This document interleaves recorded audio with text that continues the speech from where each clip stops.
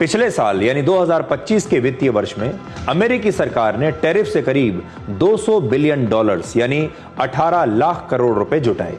यह पैसा सरकार के खजाने में जाता है, लेकिन असल बोझ ज्यादातर आम अमेरिकी नागरिकों पर पड़ता है, क्योंकि दूसरे देशों से आयात होने वाली जो बड़ी बड़ी चीजें हैं, बड़ा बड़ा जो सामान है, उस पर टैरिफ लगता है और फिर इस टैरिफ को लगने के बाद यह सामान बाजारों में बढ़ी हुई कीमत पर मिलता है। और जब अमेरिका की जनता अपने बाजार में, मान लीजिए भारत में बना कोई सामान खरीदने के लिए जाएंगे, तो उन्हें टैरिफ के साथ महंगी चीज खरीदने को मिलेगी। और दुनिया भर से जितना भी सामान अमेरिका के बाजारों में जा रहा है, चाहे वो भारत से जा रहा है, चाहे वो चीन से जा रहा है, इस टैरिफ के बाद ये सारा सामान वहां पर महंगा हो गया। अब इसका अर्थ यह है कि अमेरिका की जनता महंगे दाम पर उसी सामान को खरीद रही है जो कि उसे पिछले साल तक कम दाम पर मिल रहा था।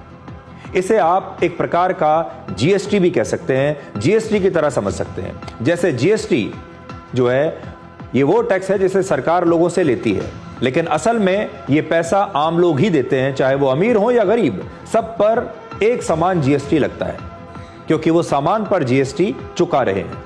लेकिन इनकम टैक्स आपकी सैलरी के हिसाब से लगता है, यानी जितनी ज्यादा कमाई आपकी होती है आपके ऊपर उतना ही टैक्स लगता है। इसलिए गरीब लोग कम टैक्स देते हैं और अमीर लोग ज्यादा टैक्स देते हैं। और इनकम टैक्स की जगह टैरिफ से अगर टैक्स जब लिया जाएगा तो अमीर लोग कम टैक्स देंगे, क्योंकि इनकम टैक्स खत्म हो चुका होगा, क्योंकि टैरिफ की वजह से महंगे सामान तो वो आसानी से खरीद लेंगे, लेकिन इनकम टैक्स खत्म होने से उनके और पैसे की, अतिरिक्त पैसे की बचत होगी।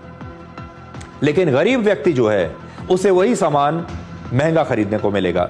वैसे भी अमीर लोग आयात होने वाले ज्यादातर महंगे सामान ही खरीदते हैं, जबकि टैरिफ ज्यादा होने से गरीबों पर बोझ बढ़ेगा, क्योंकि वो रोजमर्रा की सस्ती चीजों पर ज्यादा पैसा खर्च करते हैं और दाम बढ़ने से उनकी जेब पर ज्यादा असर पड़ता है।